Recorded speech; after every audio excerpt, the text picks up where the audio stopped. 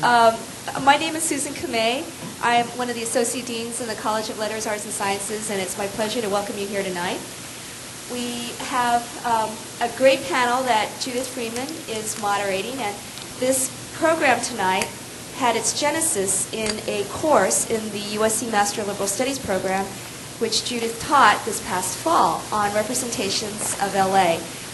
Analysis of the city of Los Angeles as a character in literature, film, other art forms. And we were so delighted that Judith would teach this course while her acclaimed best-selling work, Raymond Chandler and the Long Embrace, Raymond Chandler and the Woman That He Loves, was coming out. It was a great experience for our students to get to take this course with Judith while she was on the road and so deeply involved with her Raymond Chandler work. Judith has also for long-standing been a member of our Master of Professional Writing program and is an author of many other fiction works. It's my pleasure to have Judith, who's looking appropriately noir tonight, put this panel together, and she'll take it from here. We have a reception afterwards. We hope that you'll all be able to stay and enjoy the reception and enjoy talking with our speakers tonight. So again, thank you for coming.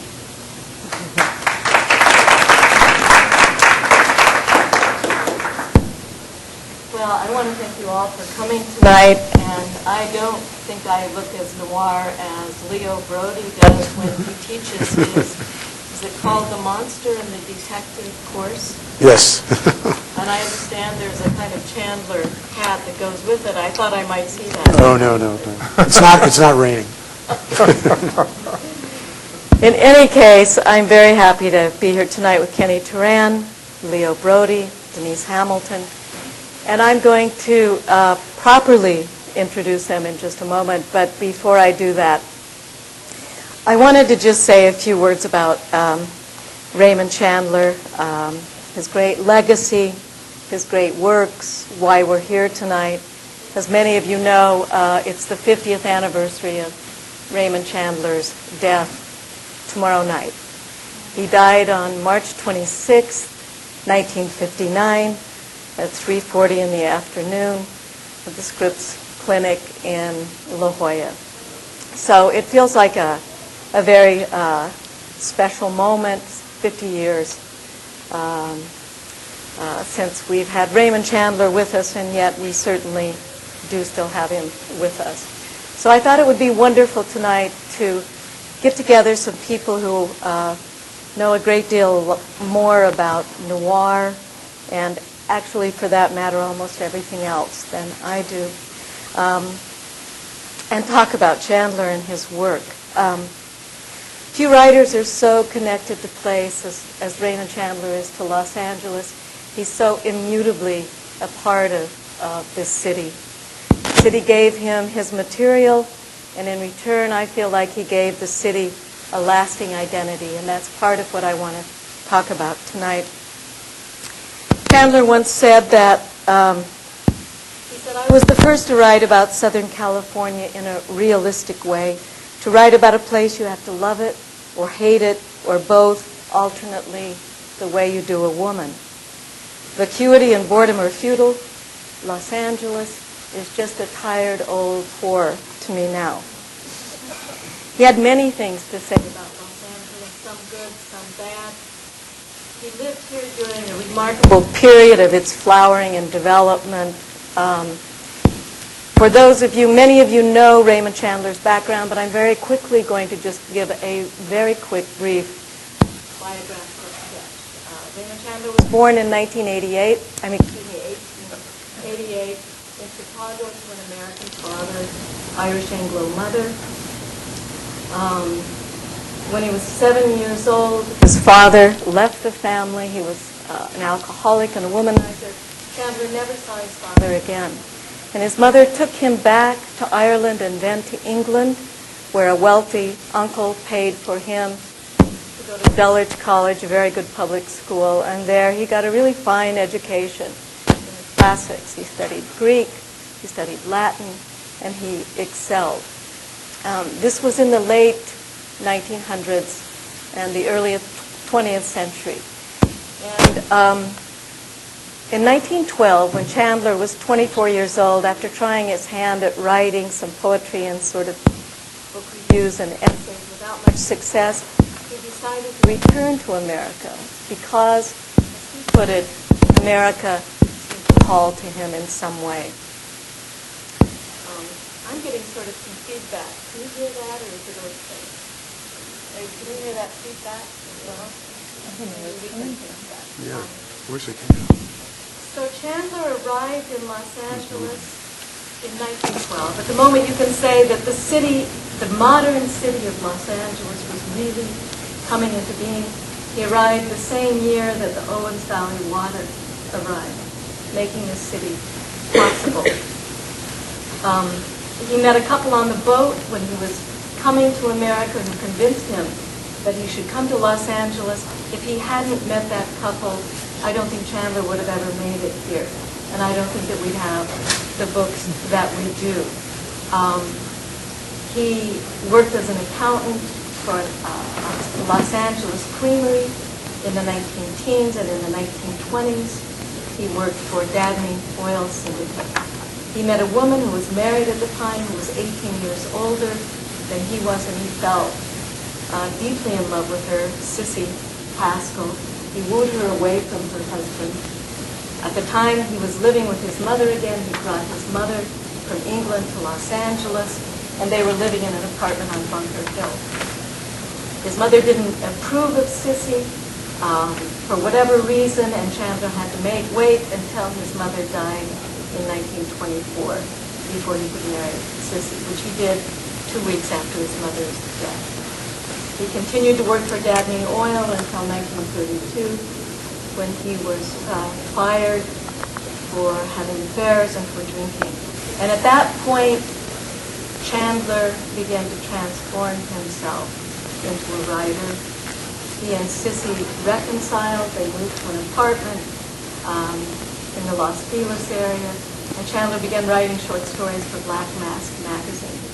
He was 51 years old when he published his first novel, The Big Sleep, in 1939. And it wasn't entirely true when he said he was the first to write about Los Angeles in a realistic way, because that same year, Nathaniel West published his seminal novel, Day of the Locust, and John Fonte also published Ask the Dust. So it was a remarkable year for Los Angeles fiction. But I think it's fair to say that no one has captured Los Angeles. I would make that claim anyway, and we'll discuss this tonight, I'm sure. The way that Raymond Chandler captured this city. When he was in his mid-50s, he was wooed to Hollywood by a producer named Joe Sistrom, who asked him to work with Billy Wilder, and they wrote Double Indemnity together, which Wilder directed. One of the really seminal, great noir films that came out, I think, in 1943. He worked in Hollywood a few more years.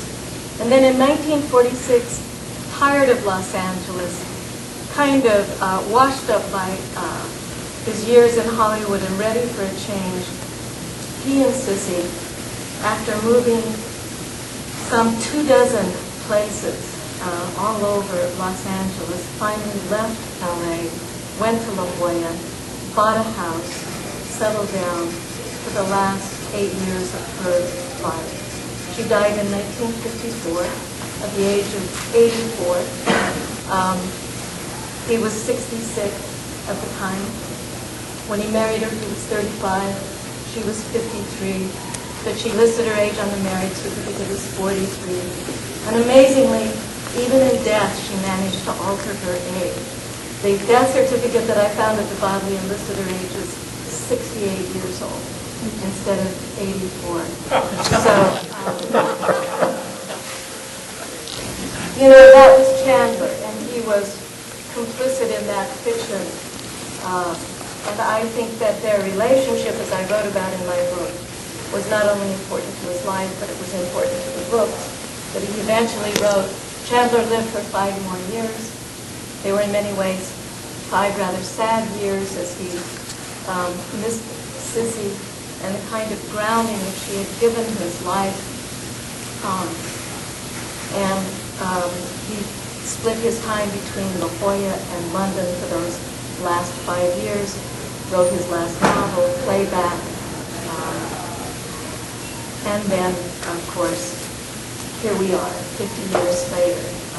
In the city that he once called a city with as much personality as a paper cup, the cracked pot, capital of America, the paradise of bakers, thinking about Raymond Chandler and those 7 remarkable novels and those 24 short stories that he left for us.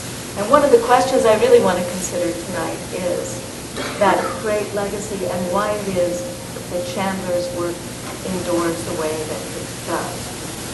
Before I turn to our panelists, I would like for us to just hear a couple of excerpts from Chandler's books tonight, very short, just so that we have his voice with us as we begin this conversation.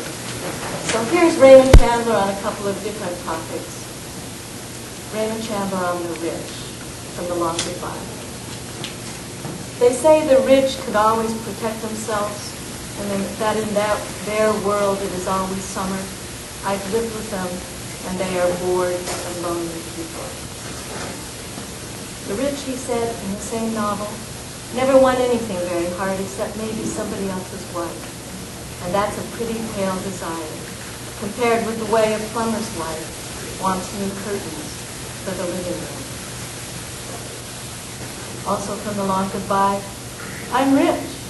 Who the hell wants to be happy?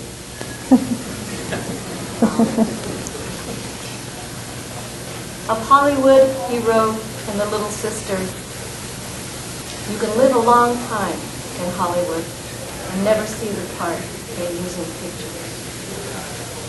In the same book, real cities have something else, some individual bony structure under the muck.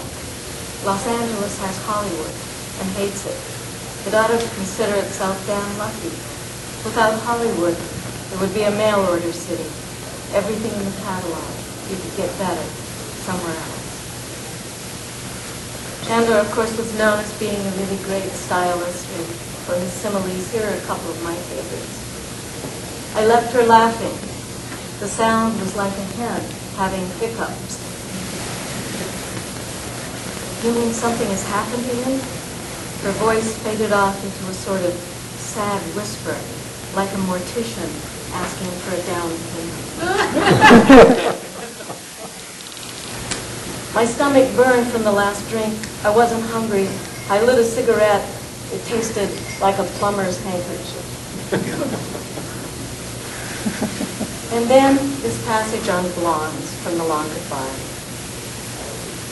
Philip Marlowe describing blondes. There is the soft and willing and alcoholic blonde who doesn't care what she wears as long as it's mink, or where she goes, as long as it's the starlight roof and there is plenty of dry champagne. There's the small, perky blonde who is a little pal and wants to pay her own way and is full of sunshine and common sense and knows judo from the ground up and can toss a truck driver over her shoulder without missing more than one sentence out of the editorial in the Saturday Review. There is the pale, pale blonde with anemia of some non-fatal but incurable type. She's very languid and very shadowy and speaks softly out of nowhere, and you can't lay a finger on her. Because in the first place, you don't want to, and in the second place, she is reading The Wasteland, or Dante in the original, or Kafka, or Kierkegaard, or studying Provençal. She adores music, and when the New York Philharmonic is playing Hindemith, she can tell you which one of the 6 bass vowels came in a quarter of a beat too late. I hear Toscanini can also. That makes 2 of them. And the classic line from Farewell, My Lovely, it was a blonde to make a bishop pick a hole in the stained glass window. Now I'd like to turn to our panelists and introduce them, beginning with Denise Hamilton, the author of the best-selling E. Diamond, crime novels featuring a reporter who solves murders in contemporary multicultural Los Angeles. The series includes Prisoner of Memory and Savage Garden, both finalists for the Southern California Booksellers Association Award for Best Mystery. Her most recent novel is The Last Embrace, which takes place in Los Angeles in the late 1940s, an era I hope that she will talk to us about. Her books have been nominated for the prestigious Edgar Award. She's a former Los Angeles Times staff writer, also the recipient of a Fulbright Fellowship. And she edited the anthology L.A. Noir, which featured writers such as Susan Straight and Michael Connelly.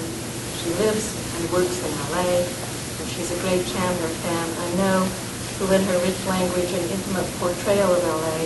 continues in the Chandler tradition. Kenneth Turan is a film critic for the Los Angeles Times and the National Public Radio's Morning Edition. He's a graduate of Swarthmore College and Columbia University's Graduate School of Journalism. He now teaches a nonfiction course in the Masters of Professional Writing program here at USC. He's a former editor of the Los Angeles Times Book Review, which is how I first met Kenny in the 1990s, and he's also director of the LA Times Book Festival. His most recent books are Never Coming to a Theater Near You, and Now in Theaters Everywhere, two wonderful collections of film reviews and essays on film. Leo Braudy is the Bean Professor of English here at USC, where he teaches 18th and 19th century English literature, film history, and criticism in American culture. He's a man of very wide-ranging intellectual interests and expertise. He makes me think of Raymond Chandler at the end of his life, who really understood how his books had cut across the entire cultural spectrum. He said that only he and Marilyn Monroe had managed to reach all the brows, highbrow, lowbrow, and middlebrow. And I think of Leo as our highbrow representative on this panel. He is the author of 7 books, including The World in a Frame, What We See in Films, The Frenzy of Renown, Fame and Its History, and From Chivalry to Terrorism, War, and the Changing Nature of Masculinity. His books have been nominated for and have received numerous awards and appeared on many short lists for Best Books of the Year.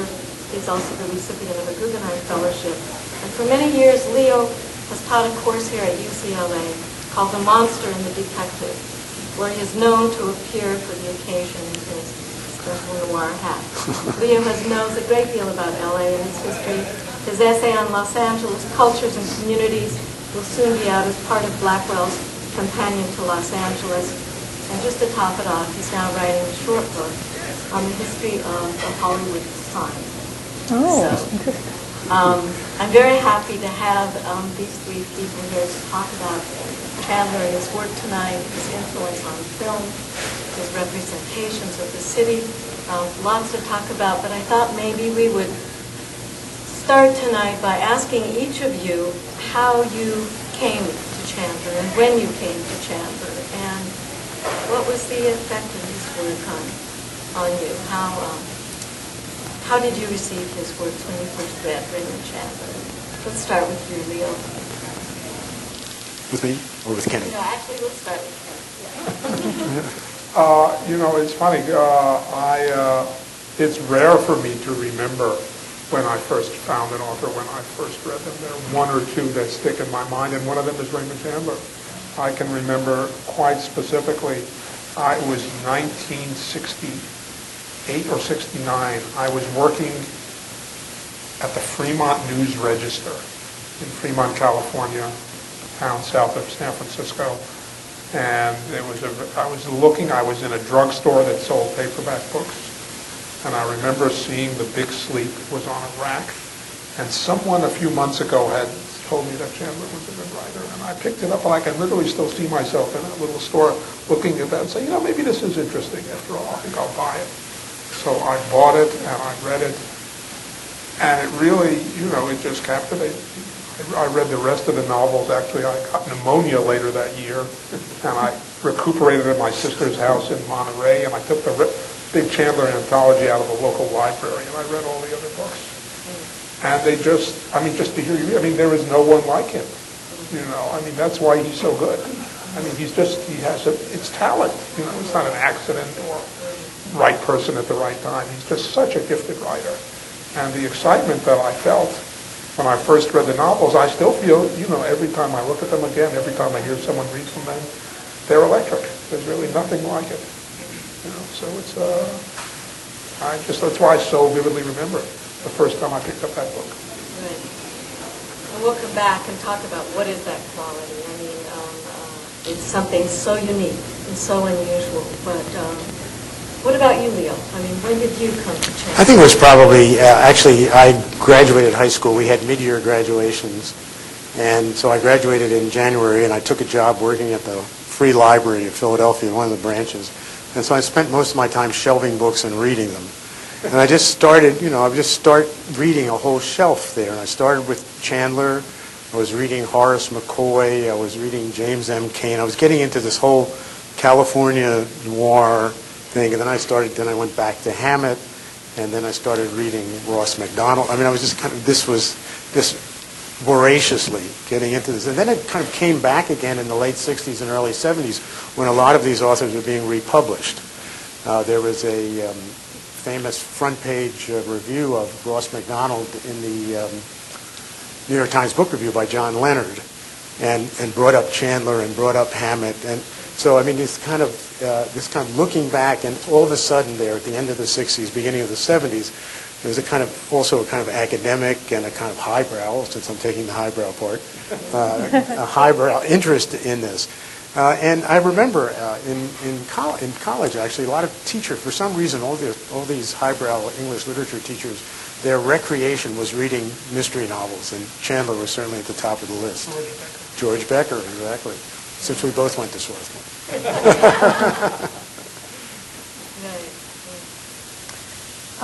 Well, it seems to me that every generation gets the Chandler that they deserve or that they need, I think is a better way to put it.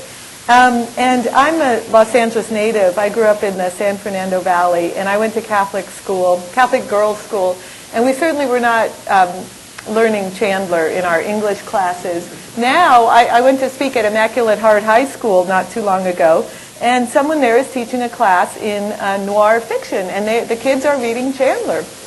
And I think that's wonderful. But I didn't discover him till college in the early 80s. And it was just what I needed at the time. And for me, Chandler and noir was very much filtered through this kind of punk aesthetic, where I was going to a lot of nightclubs, and I was going to places like Parkview Plaza Hotel, which I think was the old Elks Club, because these promoters would just rent whatever cheap place they could, and a lot of these deco hotels and old bars could be had for a song to rent after hours.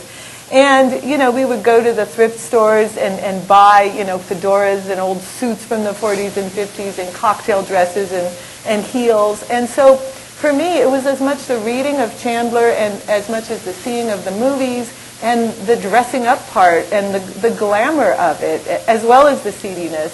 And going to the Biltmore for a drink and hanging out in downtown LA during the arts, the downtown arts renaissance of the 70s and 80s. And for me, it was it was all wrapped up in a feeling and a mood as much as the actual reading of the book. It was like I read the books and then I had to go create that world for myself or recreate it in the scraps that were left by the time the 80s rolled around. We're all in agreement that there's just this terrific power in Chandler. And you can think about different ways to talk about it, but it's a kind of power that is conveyed to every new generation, which I think we can say a lot of those writers, it doesn't carry forward into the future that way. So I wanted to talk a little bit about, why do his novels have the kind of staying power that they do. And I wanted to throw out the idea of Marlowe. And if you think, I mean, he was a terrific stylist. He was incredibly witty and amusing, entertaining. Yes, he was a very sharp social critic. Yes, he did portray Los Angeles, but does a lot of their power come from the character of Marlowe, do you think? Well, Ian Marlowe is an interesting change, though, from the characteristic detective. Though, Marlowe is really much more of a loner. He doesn't have a secretary, unlike Sam Spade. And he, of course, Chandler always characterizes him as a kind of failed knight in some way, kind of fallen in this post-chivalric world, who has a code of honor that nobody really respects except himself.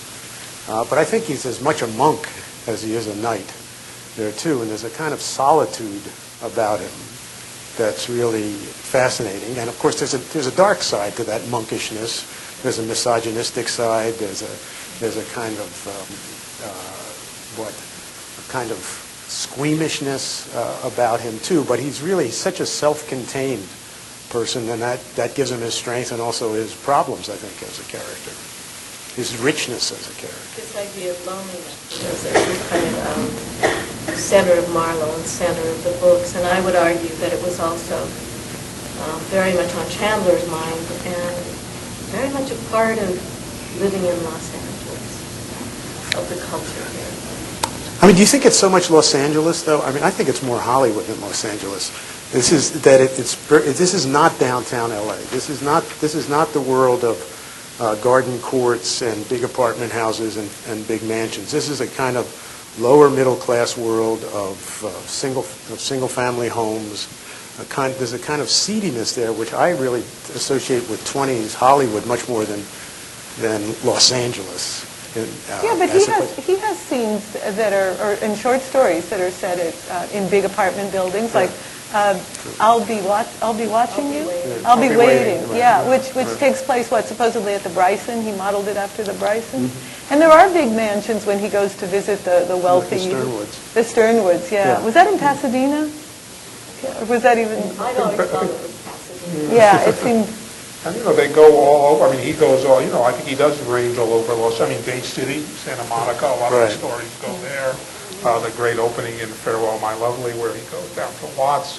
I think Hollywood is a key aspect of it, but I don't think he's a guy that is focused on Hollywood. I think one of the charms of the book is that as a detective, he goes everywhere. Right, and that's really part of that detective sensibility, too, that the detective is born with the modern city, and the detective is the one who knows how to go through the city and go from high to middle to low. He can navigate all those different class levels. I think I was thinking more about the seedy side, when he says the door was the only place in a Hollywood house you couldn't stick your foot through. He's thinking about the tar paper shacks and adobe housing and things like that. The touching part about that is that Chandler's house in La Jolla has, in the last couple of years, been completely remodeled, and for years it wasn't changed at all. And I went down before it was changed, and then met the man who was doing the contractor. And he decided that he would preserve the door to Raymond Chandler's house. And he was going to have it refinished and put it back on what really is a completely remodeled house. But when I thought of Chandler's line about the only really enduring or strong part of the house is the door, it's really one of the few parts of his house that's going to be unchanged. But Judith, when we talk about how Chandler moved around, his Marlowe moves from the high to the low and goes everywhere in Southern California. Do you think that came out of the fact that he moved so much? I think it did. I think he got the city so well because he literally lived all over the map. But so in a novel like the Lady in the Lake, you see him using the fact that he would spend the summers in Big Bear and the winters in Palm Springs. And he would stop in Riverside on the way. In Riverside and San Bernardino. Yeah, and then he did live in Santa Monica, and then he did live in Hollywood and Silver Lake and Arcadia, Monrovia and Brentwood, every place. So especially in that novel, I think you see this tremendous sweep from the mountains, through San Bernardino all the way to Santa Monica. And the other thing was that Chandler loved driving. So it was the perfect... He wouldn't today. Couldn't make those moves, no. But also in driving, I think you could get that sense of class. And since you know a great deal more about detective novels and mysteries than I do, you and Denise, I mean, I've always felt that in some way that, film noir and noir fiction was in part about class struggle, and that it was also about evoking a landscape, an urban environment. And certainly Chandler's novels are very much about class. He's writing about the Sternwoods and the Murdochs and the very wealthy class. And he's sweeping across to, the petty criminals and thugs and, the sad alcoholic woman in Farewell, My Lovely. Do you find that? Do you think is that a part of the genre? Yeah, I just think, I just want to, step back a little bit. I really feel that the core of Chandler's appeal is the language. I really feel more than Marlowe, it's the language. The reason we admire Marlowe, the reason Marlowe is the character he is because of the language he uses, the thoughts that Chandler puts into his mind, the things he thinks, the images he gets when he's driving around, the things he says about the city, about life. And I think, that's why, for me, Chandler continues to stand out. He spawned, generation after generation of people who wanted to write in his image and who often did very well. But I really believe he's still the best. And a talent like that does not come around that often. And I think his gift for words, his insights about people, about the city, about culture, about society, were really remarkable. And I think that's what, for me, that's what carries the books. That's what makes Marlowe an interesting character, is what Chandler's language puts in his mouth and in his mind. Do you think, I was looking at, reading over a lot of the short stories in the last couple of weeks, and it seems to me, a lot of the short stories are very flat in terms of the language. And it's all of a sudden, with The Big Sleep, a couple of the short stories are better than that, but with The Big Sleep, his language becomes much more incandescent. And something happens. I don't know what happened. Yeah, and it's just... And he was always embarrassed by his short stories. Some of them he didn't want to have reprinted. He cannibalized them because plot was difficult for him. And he was aware, I think, that they were not as good as the novels. Yeah, there's something... Let me just read something here. It says, her invitation wasn't to pleasure, but to struggle, hard and sharp, closer to murder than to love. If you threw yourself on her, it would be like throwing yourself from the parapet of a skyscraper. You would do it with a scream. You wouldn't expect to rise again. Your teeth would be driven into your skull like nails into a pine board, and your back would be broken. You wouldn't even have time to sweat or close your eyes. That's not Chandler. That's actually Nathaniel West. And I have this image somehow. And West also, his images are more surreal in the way that Chandler's became. I somehow have this image of West and Chandler in Stanley Rose's back room, sitting around reading chapters to each other. Because both of these books come out in '39. So is that from Day of the Locust? That's from Day of the Locust. Yeah. And they're both such dark books. Yeah. Chandler said at Day of the Locust that he thought it was one long suicide note. And when you read that book, it's a really dark book. These are guys who are beginning to look at Los Angeles in a very different kind of way. Yeah, and that's interesting that somehow in '39 too, and also you could mention The Last Tycoon as well as another book coming out right at that time, and What Makes Sammy Run, a couple of years later. There's a kind of critical mass of writers who are contemplating Hollywood / Los Angeles with this very often satiric, surreal, sometimes moralistic. Well, look at what was going on around the world. First of all, World War II started, and of course Hitler had been in power for a long time, and to Hollywood came all these Nazi refugees, all so many great directors and set designers and actors and playwrights and musicians who were fleeing Hitler's Germany. So there was like this sense of, these storm clouds gathering, and then also the Depression had been going on for 10 years. And so I think that people were beginning, there was this sense that life is not rosy, and we're not going to get out of this, and the government's not going to get us out of it, and there's corruption. And, so I think that they were writing about that in a very realistic way that hadn't been done or hadn't been seen before. I mean, Horace McCoy did it that was such another just incredibly modern book. I think in the same kind of tenor as West and the others you're talking about. But I think that in a way they were also reacting against their times and what was happening. They weren't writing in a vacuum. I don't think. What was happening in 1938 was that Clifford Clinton of Clifton's Cafeteria and his Citizens Reform Committee had taken on the city government, the mayor, the chief of police. They had the detective agency or the police department detective service. And all three of those people were either indicted or recalled after the police department were shown to have planted a bomb in Clifford's house, and also planted a bomb in the car of Harry, I forget his last name, but the detective, Harry Raymond, the detective that Clifton had hired to get the goods on these guys. And the truth was that the gangsters were running L.A. Yeah, and by the way, in 1949, the head of the LAPD and the number 2 of the LAPD and half the vice squad in Hollywood LAPD were also forced to resign because they were all indicted. So it didn't end in 38 and 39. It ended in 49 either. That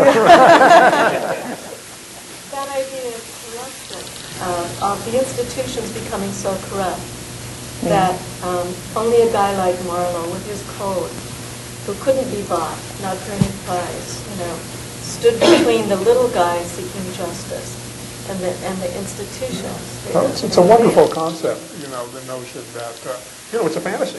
It's a realistic fantasy.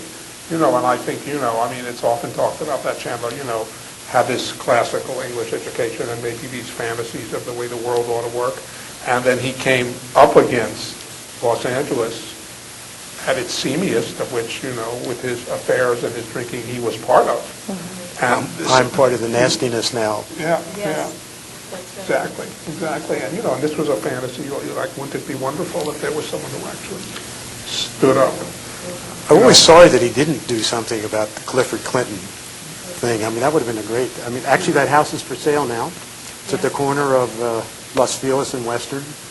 And it looks like Miss Havisham's house inside.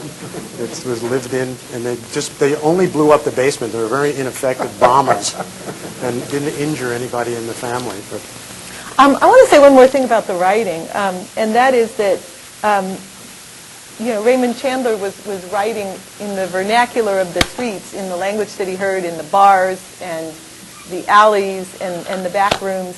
And so I think he was one of the first to do that. Maybe Paul Kane was also writing that way in the early 30s. But he had to fight with the New York publishing houses, which first of all had no idea what was happening in L.A., and they still don't. And they just didn't feel that this was proper language in a book to come out. So he wrote a letter, and I guess he had gotten one of his manuscripts back, copy edited, and he wrote, "Would you convey my compliments to the purist who reads your proofs, and tell him or her that I write in a sort of broken down patois, which is something like the way a Swiss waiter talks, and that when I split an infinitive, God damn it, I split it so that it will stay split. And when I interrupt the velvety smoothness of my more or less literate syntax with a few sudden words of barroom vernacular, that is done with the eyes wide open and the mind relaxed, but attentive." I think you're absolutely right that the language is so extraordinary. You find the most lyrical, beautiful passages. And I feel like one of the things that he brought into the mystery novel more forcefully was this terrific, rich, thick, beautiful sense of atmosphere. That rooms were suddenly described in meticulous detail, and so were women's clothing, men's clothing. Just this extraordinary detail. Do you think his wife had an influence on that? I think Chandler had an exquisite sense of his environment. He was very aware of what people wore. Voices mattered to him a great deal. He says this over and over, that he can be completely put off by a person's voice, no matter how attractive they are. Hands were very important to him, and it must have been hard for him later in his life when he suffered from a skin condition and had to wear white gloves. It's clear that he deeply admired women, particularly women's legs. Over and over again in the novel, you see him talking about legs. He was a man with an acute sense of environment.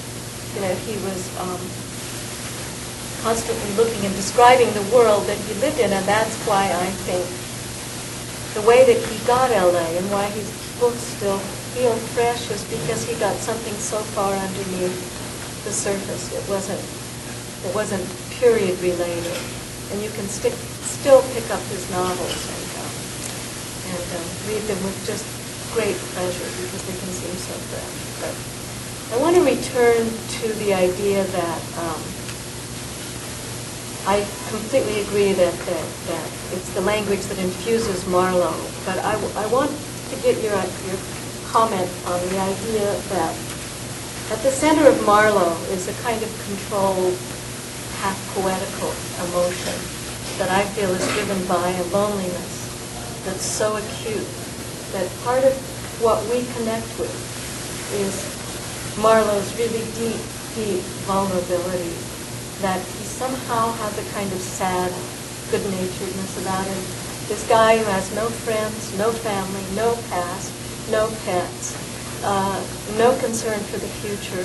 I mean, the only thing that Marlowe really seems to be seeking is justice for the person he represents, and occasionally a kind of flitting interest in a woman. But basically, it's not really about the women. And Chandler wrote so often and so much about loneliness, including his last letter that he published just a few weeks before he died.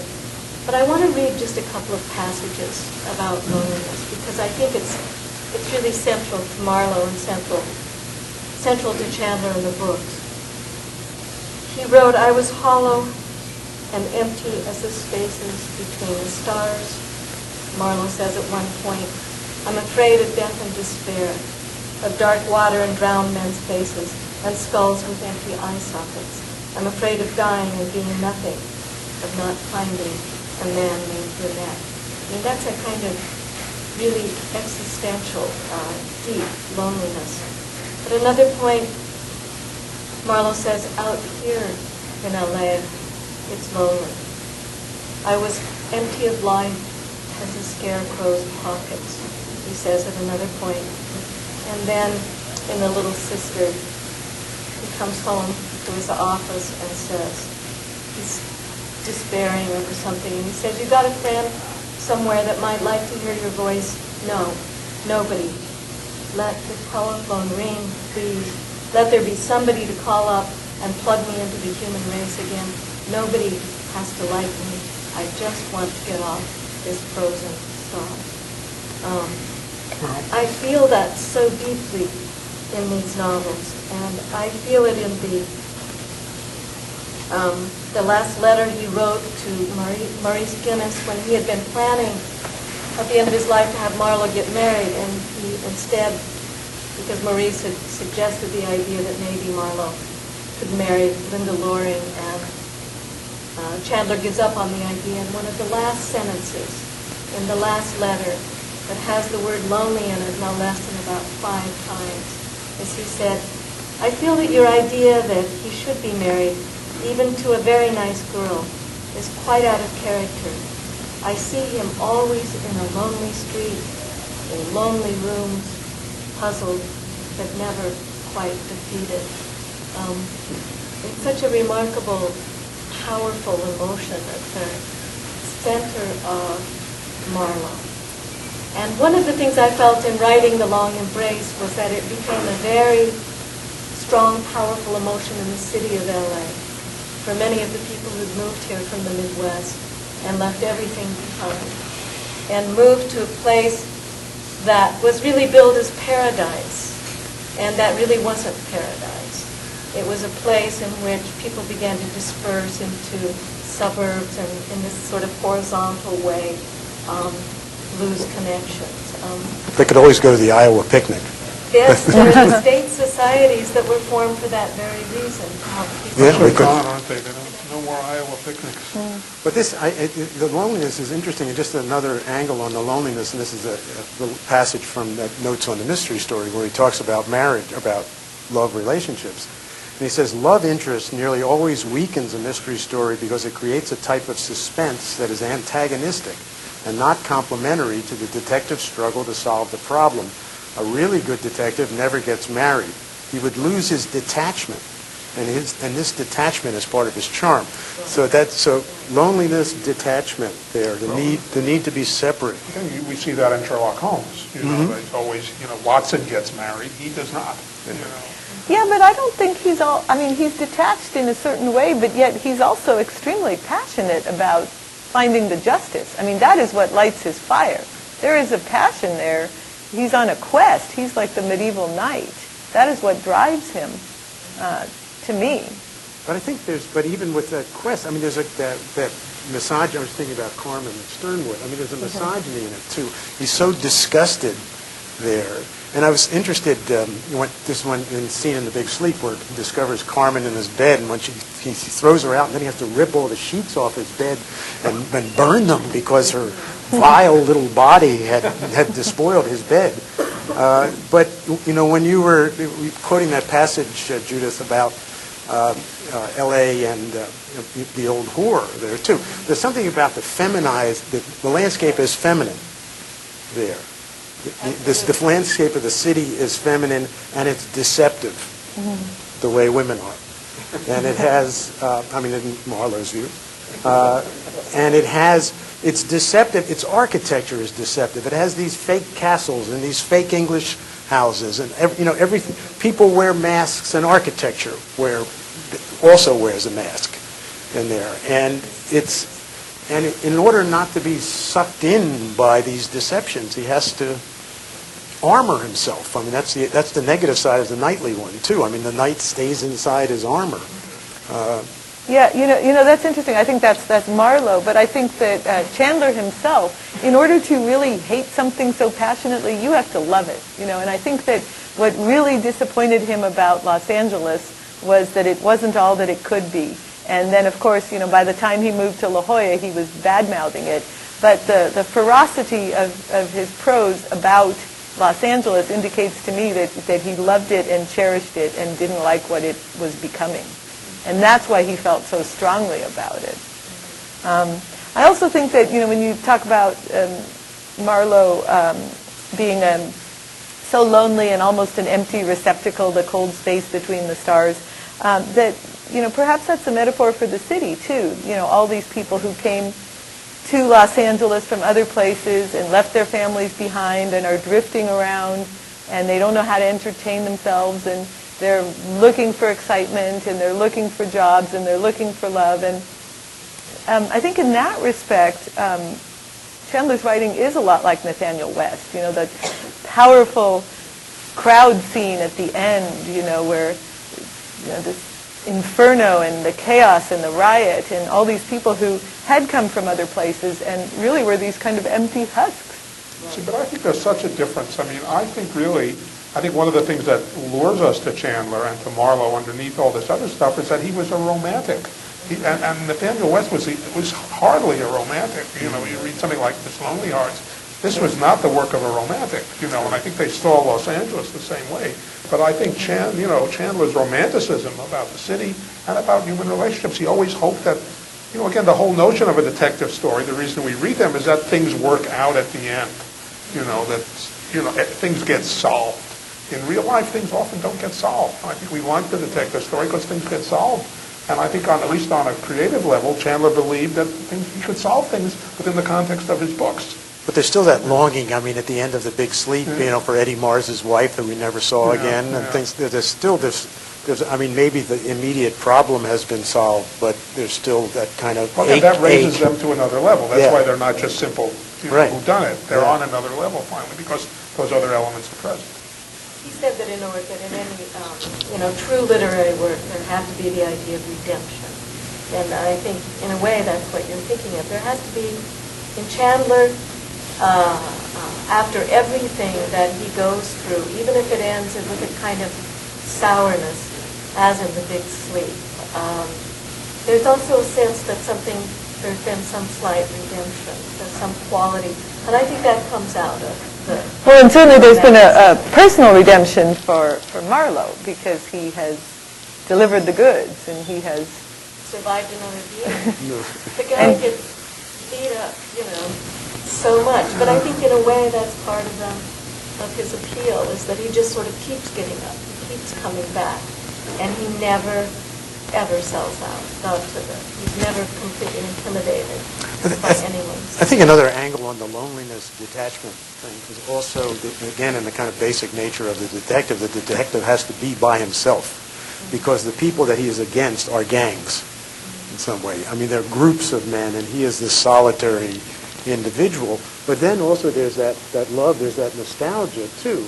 When you think of, I would say, the trench, the kind of image of Bogart in the trench coat in The Big Sleep there, too. The trench coat it's called a trench coat because of what was worn in World War I. There's this lost camaraderie of the past, this nostalgia for past virtue, this nostalgia for a past world in which there was a moral cause to be fought for. Well, that's a really good point. And, even though we think of Chandler as writing about the 40s, he really was shaped by a much earlier time. He was shaped by World War I, and the time before that even, like Victorian. Yeah. I think that we can think of him as much as an English Victorian writer as a California. That's where the sentiment comes from. That's where the romance comes from. And I think it's the clash of those two elements. That's one of the things that makes it interesting. Well, and he grew up. The England that he grew up in, that he studied in, it's still, in the 19th century, there was this whole cult of the Round Table, cult of Gawain and Galahad, and Prince Albert would have his portrait painted wearing armor, wearing medieval armor. So there's a whole sense of this pure medieval world where William Morris coming at it from a different direction. This is really the culture that he grew up in, and this is sort of what he brings into this fallen, seedy world. I mentioned to Leo that when I was doing my research in the Bodleian Library that I found a nickname that Sissy had given him that I'd never seen any of the other biographers pick up on, and it was there on a number of documents, from her recipe box to photographs of Chandler. And the nickname is Galibion. It's not something that really just rolls off the tongue. Gallibeoth. Galibion. And here in 1920, before they're even married, on the bottom of a photograph of Chandler Golden Gate Park, it's Galibion at Golden Gate Park. In the recipe box, it's applesauce for Galibion. In a number of places you see this name, and I couldn't find, it seemed to be a completely made-up name, but clearly it was Galahad. Clearly it came out of the Old English. And then the other day, Leo sort of I tried to decode it using an Old English dictionary, and it seems the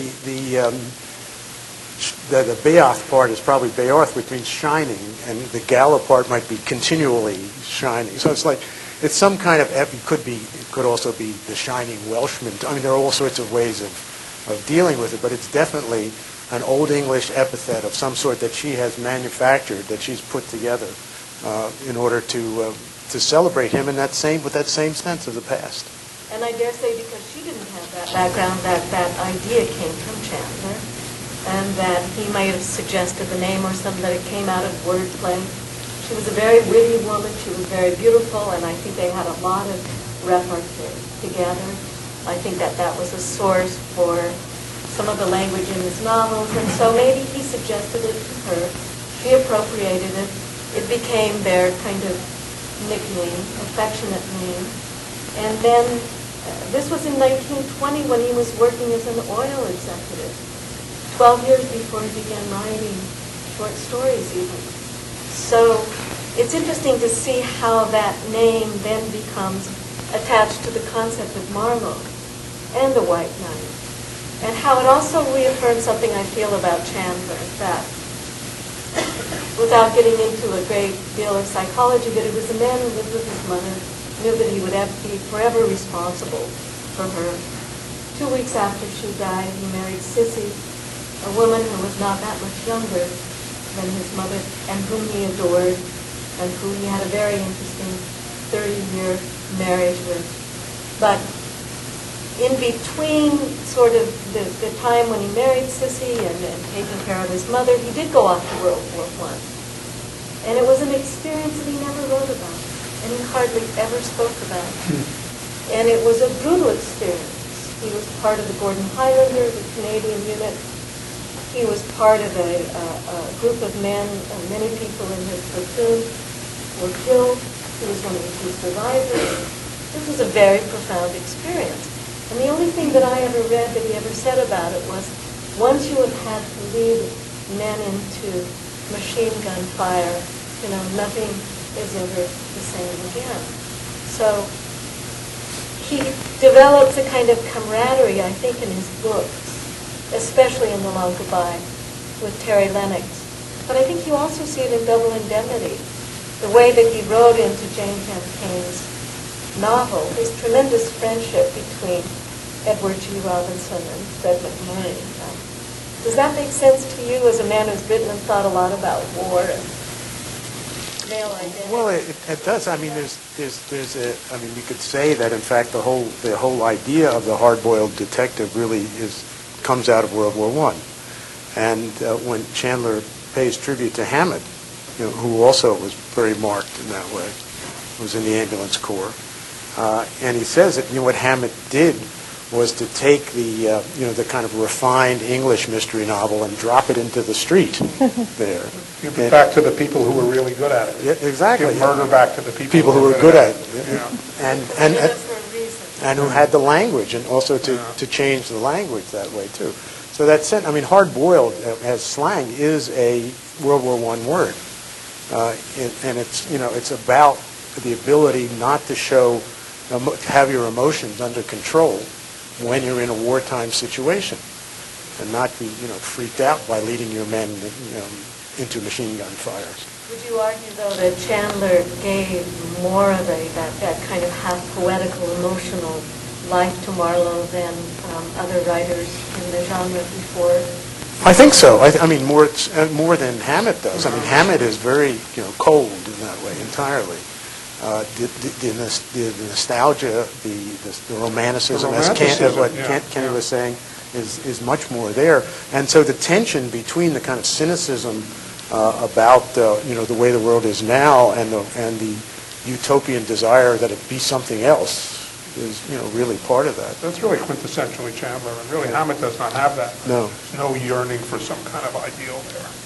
No, all ideals. The Falcon is a fake. It's like there is nothing ideal in it. Someone said that in Hammett you saw Spade walking down the street. Hammett was very good at portraying this external character, but Chandler made you feel for that guy walking down the street.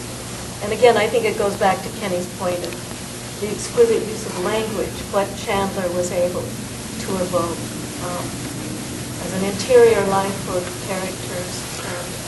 And I think also what Denise was saying, just about the love-hate feeling too, about the city, about the world that he lived in.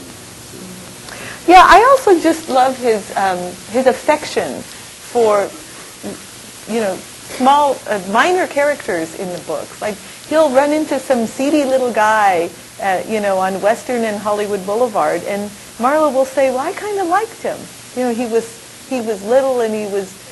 Yeah. I forget what story Harry that. in the big suit. Harry. Yeah, Harry. Who Yeah. Sleazy, kind of a schlumpy little guy. Batman Yeah. guy, but But he had heart. such You know, feelings you have, for Harry. And he found something to like about him, and you really sensed that warmth. And he was very sad when Harry got it. Yeah. yeah. I don't want to ruin anything for anyone.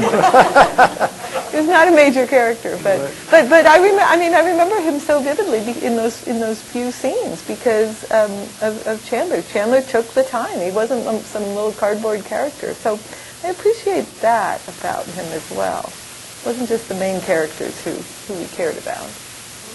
I think it's hard for us to remember or realize just what a radical book The Big Sleep was. And that when it came out in America, the critics, they thought it a kind of nasty piece of world. They said that it was filled with moral defectives. And in fact, he was writing about a world that was full of darkness and was full of homosexual blackmailers and pornographers, bad seed daughters of the rich who did drugs in order to and pose naked. It was really a different kind of world, and then it didn't get a very warm or positive response here, but it did in England. Why do you think that was? That Chandler was embraced by literary writers and by the public in England and in France, who said, this is a really great writer, what we're saying tonight. But we didn't, critics here in America, do you have any thoughts on that? Why it took longer? Well, I don't know. I mean, I was just thinking actually of Orwell's essay on No Orchids from Miss Blandish, too. I mean, that there's, in England at the time, and in France as well, I mean, there was much more of a taste for American popular culture than there was in America.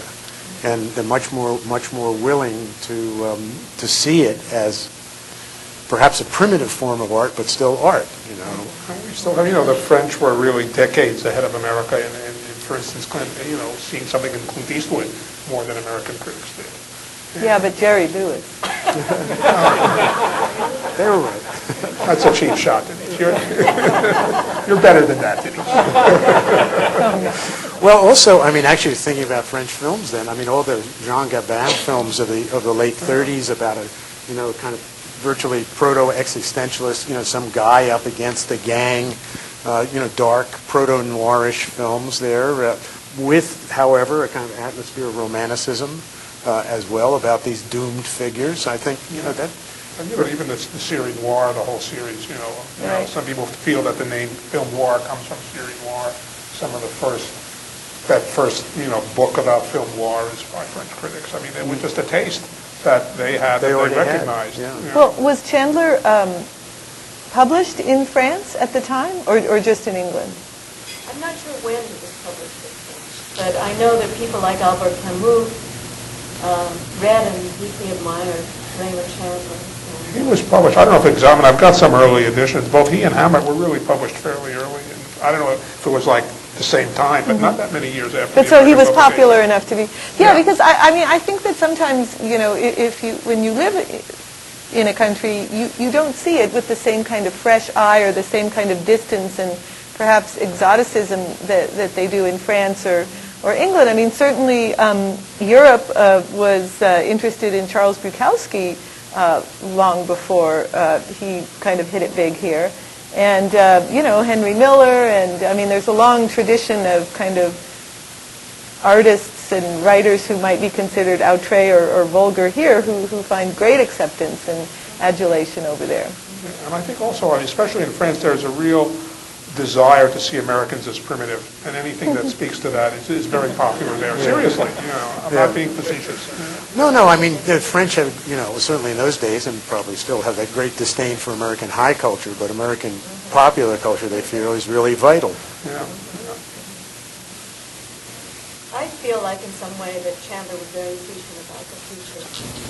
And a number of comments that he made about America, that he felt that we were a big, rough, rich people and that crime was the price that we were going to have to pay for all our gluttony. I think that he, in his novels, and maybe you would not agree with this, but that he was writing about a world where a kind of casual, everyday violence was beginning to become a part of the culture, an endemic part of the culture. He was not terribly happy in the early 50s when he looked at consumer culture. He thought that the idea of built-in obsolescence was absolutely obscene.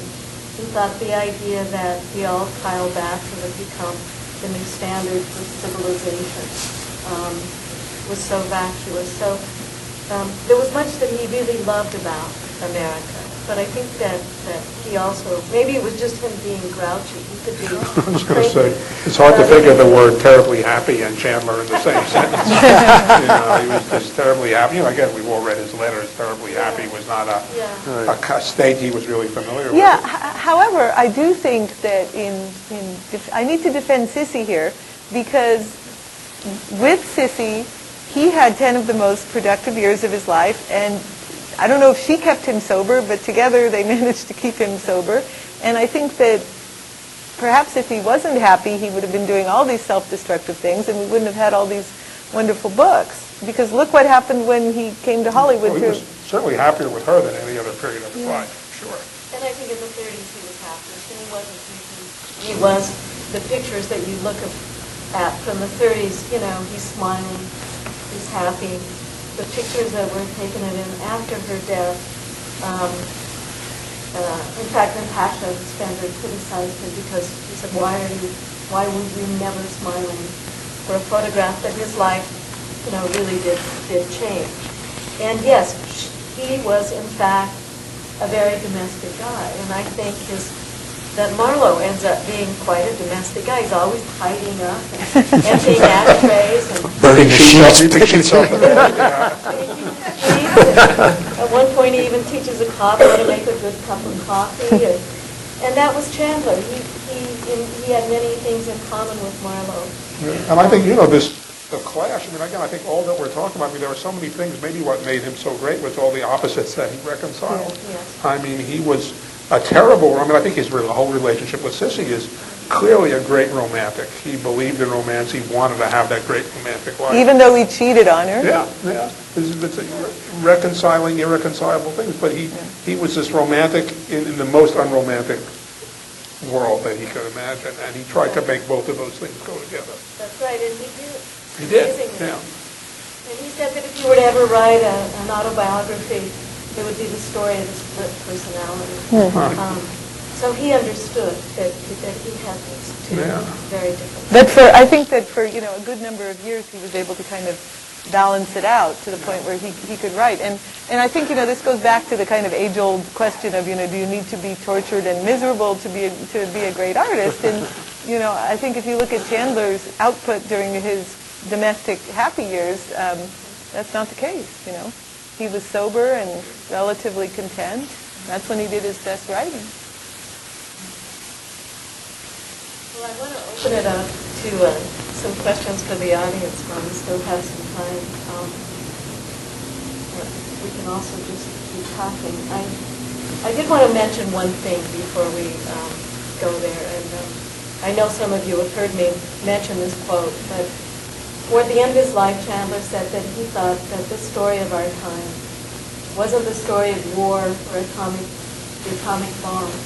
It was the story of an idealist married to a gangster and how their whole life and children came out.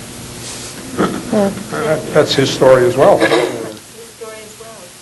But I felt like what he was saying was that it was also the story of America, and that what we have are these opposite poles that we see operating in our time quite vividly. But on one end of the spectrum, you've got gangsters, whether they be blue-collar gangsters or, your ordinary thugs, your Wall Street crooks, whatever it is, but gangsterism. And on the other end, you've got these idealists, these people who really believe that there's a kind of wonderful system we've got here, and that the real story is How is the home life going to turn out? How are the children going to turn out? And I feel like we are the children, and this is the home life. And we're still waiting, to see how it's going to turn out. But that was really part of Chandler's great subject matter, is that he was able to see that endemic corruption. But he was also able to create such an incorruptible person as Marlowe. And that I felt that what he was saying is, it's the individual conscience. That's what's going to make this country. That's what's going to make us all, worthwhile human beings. And that's what's going to float the whole thing if it continues to go. Unfortunately, making us worthwhile human beings is not a very good story to tell. He told the dark story in which we failed. Except about Marlowe. And he never told the dark story about Marlowe. My way of thinking. Marlowe never comes. Well, what did he mean when he said, "I was part of the nastiness now"? What I is? don't know. What did he mean? What is? He certainly feels at the end of the big sleep. This is what he says: "I was part of the nastiness now." That you cannot deal with crime and murder and corruption without being. Well, he felt tainted. tarnished. He felt tarnished by being in that world. Yeah. The tarnished knight. Yeah. You rub up against it, I guess. Yeah, and this is the problem of the Avenger, of the detective, of that kind of character. You just can't escape being sucked into the same quicksand. That's a nice optimistic place. Maybe someone has a question, more optimistic. Yeah. I agree. Thank you. I agree with everything that's been said about Marlowe, but the one thing I take exception to, I would not put him in the category of the noirs.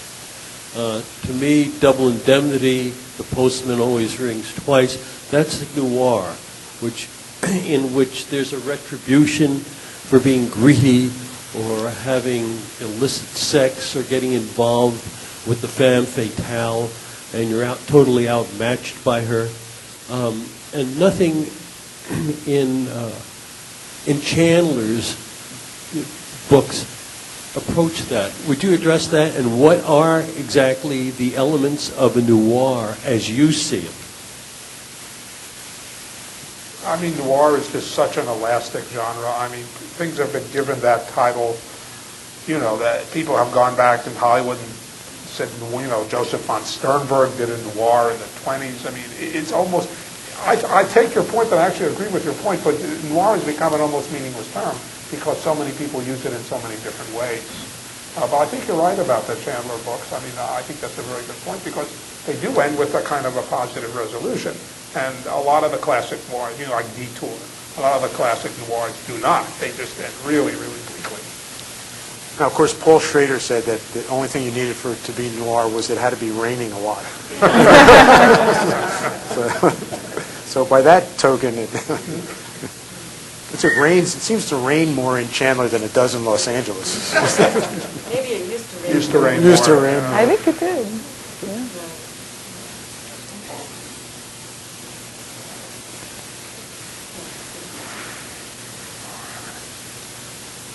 You were talking about some of the contemporaries, like Nathaniel West and John Fonte, at the same time, that 1939 year.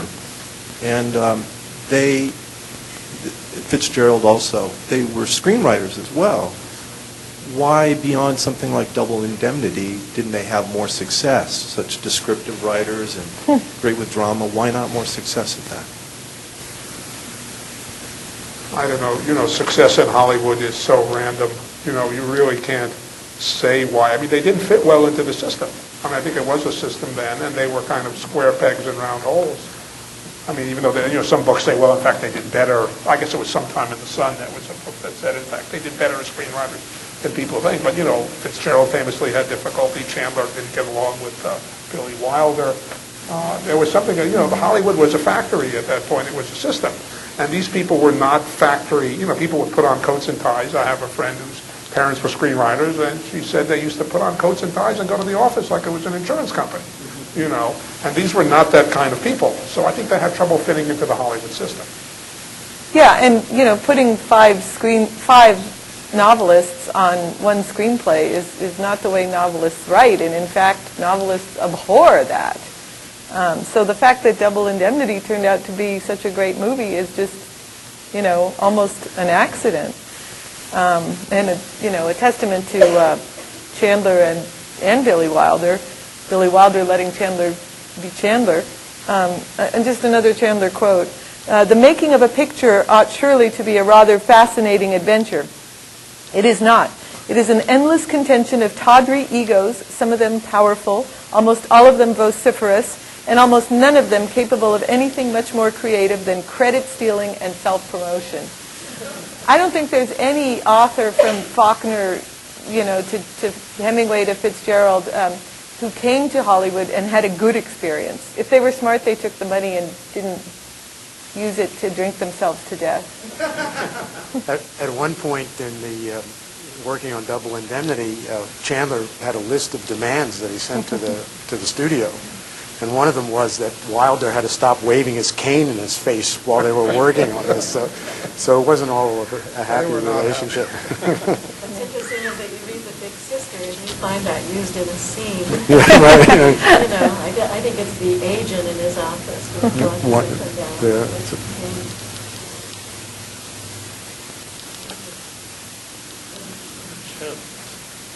Thank you. How did Chandler relate to the left, or comment on the left? The man of conscience, the romantic. Did he relate to it as a romantic? Did he relate to trying to construct society, to engineer it? Was he the... Yeah, I can't cite chapter and verse. My guess is that he was not sympathetic. That would be my guess, though I don't remember anything in the letters. I don't think it was on his mind very much. I don't remember any comments that he wrote or made. Can you repeat? Oh, yeah, about the left. How did Chandler relate to the left? Well, it's interesting that, we were talking about the shadows of World War II and things like that, but with all that community, with the Hollywood Anti-Nazi League, with all the kinds of things that were going on there's not one reference to it really, and certainly not in the novels and in the letters either. Yeah, he just didn't see, it just seemed outside his, it wasn't in his view. He just didn't see all that stuff. Well, if he saw it, he didn't comment on it. If you think that, that Chandler was, if you consider that he was such a loner, he was not a joiner. I don't think he would have joined any organization. Sissy lived a very kind of, not completely reclusive life, but they had a very quiet, life. Much of the time it was just the two of them, but you find so few references to any kind of politics whatsoever. Occasionally. He does say something about Adeline Stevenson. He voted for Adeline Stevenson, but he said he'll never win. He's too good for America. Something like that. Right about that. It's odd. Yeah, it is odd. McCarthy era, all of that. Yeah, he just doesn't. It never happened. But you can read Chester Himes, and he has lots of stuff about politics. His book.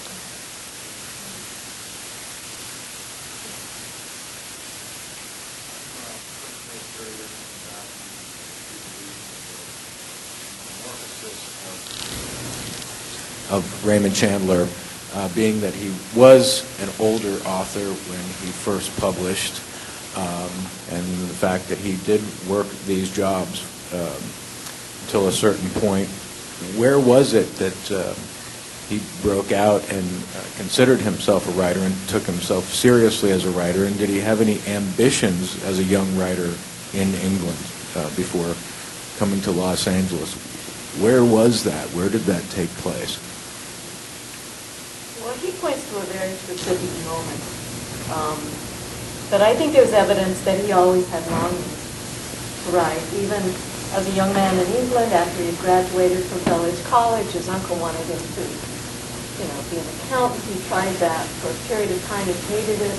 He really wanted to write. He wrote poetry, what he called bad Georgian grade B poetry. So there was that urge, I think, there always. Even when he was working as an accountant, for the ice cream company and for the oil. He was writing poems to his wife constantly, reading her Emperor Define. So I think that influence was really strong. I think it was always there. And I think it was submerged to, just sort of the day-to-day reality of making a living and supporting his mother and supporting his wife. And then when he got fired in 1932, he talks about driving up the coast with Sissy and reading Black magazine and turning to her and saying that he thought he could write a story like that. And he thought he might even be able to write it better than these guys. And, he, I think more or less said, well, why don't you? And I think the brilliant thing about him having decided to do that was that he was a real intellectual. And that he later said the problem with the brainy guys like himself is that they hold themselves to such a high standard that he would have gotten in his way. But the idea of writing a hard-boiled detective story was kind of fun. It was, when you said, when did he take himself seriously as a writer? I think it was precisely the fact that he didn't take himself so seriously, that he was able to find that genre, to kind of reinvent it, to do so much with it. But on the other hand, you have that quote that Leo read about being furious about being edited and, his prose being messed with. I mean, there's a level in which he took himself extremely seriously as a writer. Oh, absolutely. Yeah. I'm just saying in the beginning, I think, the fact that he didn't set out to try and write literary fiction freed him. Well, I think that's true. And so I think it was a kind of lighthearted thing in the beginning. And then, no, I think he took it very seriously. But I think if he'd tried to become a literary writer, it wouldn't have worked, like the poetry didn't work. The poetry didn't work, and later a couple of attempts at literary stories. They're really quite awful. I mean, they just don't work at all. So I think that moment, that pivotal moment, was when he stopped drinking, when he found himself with a lot of time on his hands, and he began reading Black Mass, and when he said, hey, I think I'll try this, see what happens.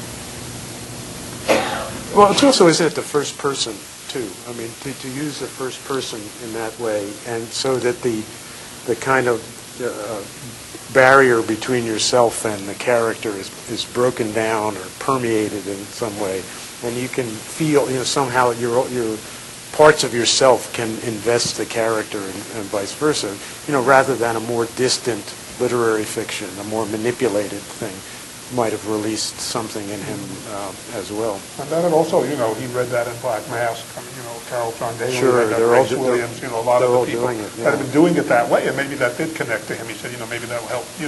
Subconsciously, he may have seen that this was something that would work for him. Right. And you can have fun with it. Yeah. I think there was always that idea that you can have fun, but it was funny. And he was a very funny writer. Yeah, he clearly enjoyed himself. I think so. Yeah.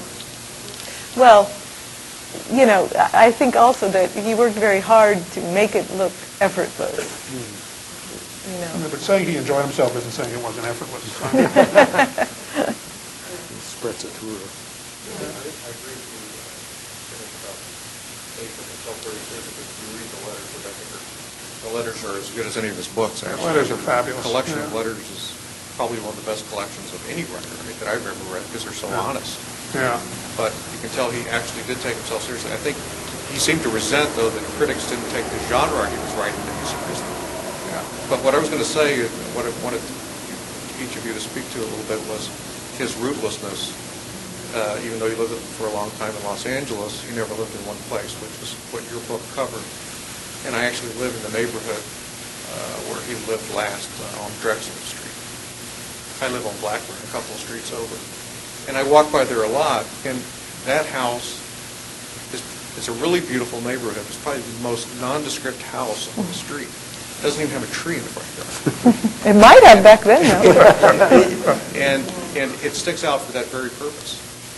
But I just wanted you to speak to a little bit to the rootlessness, because he almost seemed like a transient in the city for the decades that he lived here, and how that and why that was, and how that played a role in his writing. Well, I think, it's what we've been saying. I mean, I think that's a very good point. Again, I live near another one of his houses, and it's the same thing. It's a completely amorphous house, It's just The ugliest little house on the street. yeah. I think that's why Marlowe was such a lone figure. I mean, I think he, Marlowe in himself, he lived for these cases. He didn't have any other attachments. And I think Chandler lived in his head, and once he and Sissy got together, they lived in the world that they made together, and that's all that mattered to him. And it just didn't, and I think some of that transferred into Marlowe, where nothing Judith said, nothing in the rest of the world mattered. He was divorced from so much stuff that we think is important. He didn't. Well, it's also this sense, it's almost like a parody of the rootlessness that he sees about Los Angeles, too. And instead of being like people who got into a house and stayed there for 25 years or so, he's kind of, in some sense, almost imitating that, unconsciously, that same kind of inability to settle down, inability to put down roots, inability to make it into a place that's anything more than transient. He took his own kind of, whatever it was, neuroses, his own mushagas, as I want to say, and he turned it into literature. I think it's also true that he was so rootless as a child. That when his father left, when he never saw his father again, his mother took him to England. They lived for a while with Irish relatives. And then his uncle owned properties, as I understand it, in London. And when one became available, Chandler and his mother could live in it for a while. But if it got rented, then they had to move. Yeah. And you find a number of addresses, before he even before he's even out of school. He's moved a lot. So I think very early on in his life, it developed this pattern where there was no sense of home. But it always almost seems like on one level he almost doesn't want to commit to it. Yeah. It's interesting, the pattern, it's also true of Chaplin. The same kind of thing, living in those places that are always moving, when they were in England, always moving out. Then he comes to L.A., and he moves like every year or two in L.A. Yeah. I also felt the automobile made it possible. He'd never done that, really. Yeah. But he loved cars, he loved driving. He was the perfect Angelino in that sense. Yeah, and the drives that Marlowe takes are wonderful, going up the coast. Just takes these amazing drives. Yeah. Best drive, I know you love that drive as much as I do, but in The Little Sister, the You're Not Human Tonight Marlowe drive. That's a great, where he gets in his car in La Brea and goes Highland and goes over the Cuenca Pass and Ventura, Studio City and Encino, and has a rotten meal, and keeps going all the way to Oxnard, and heads down the coast and bitches about Malibu, and even the ocean's like a fat old washerwoman trudging home, and everything is so wrong, and he keeps catching himself saying, you're not... it's great he gets fed up with himself, He's fed up with being fed up. That's brilliant. Brilliant writing. A long monologue like that in which he is the social historian. He is LA's best social critic. He is the brilliant literary writer. He is capturing the essence of a place. And he is also letting you inside a person and revealing such a depth of emotion that is just stunning. It's just really amazing. Do you have any more questions before we hear? Before we hear a couple.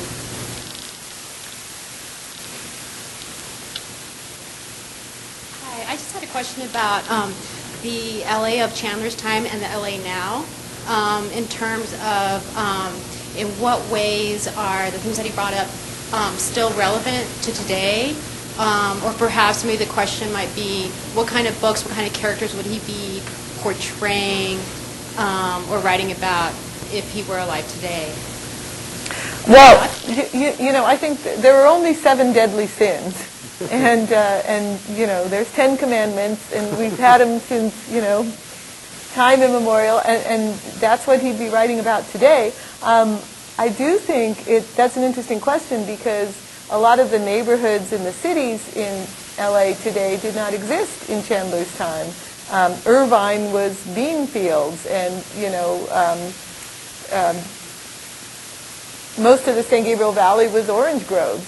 And I think if Chandler were writing today, he'd be going out to, Roland Heights, and he'd be writing about an immigrant Chinese family that had a computer chip company and the owner was killed and his beautiful young wife, ran off with the foreman of the factory, or he'd be definitely, I think, mining the wonderful multicultural first world, third world schism that we have here in Los Angeles. And I think that in the time since Chandler wrote, the stakes have only gotten higher.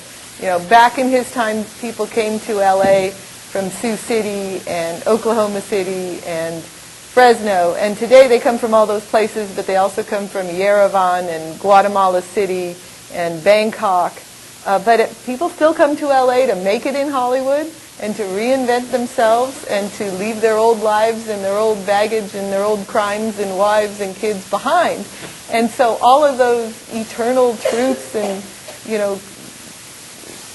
fallacies are still happening here. I think it's just happening on a much more global scale. So I think he'd have a lot of fun if he were here writing about all the characters and corruption. There's a way in which Los Angeles has changed and Los Angeles has not changed, and I think that's why he would be, I agree with Denise. I think he'd be perfectly at home here. And if you read the Pat Hobby stories, which were written about the Hollywood studio system, 60, 70 years ago, parts of them, they feel like today. I mean, there are things that have changed, there are things that have absolutely not changed.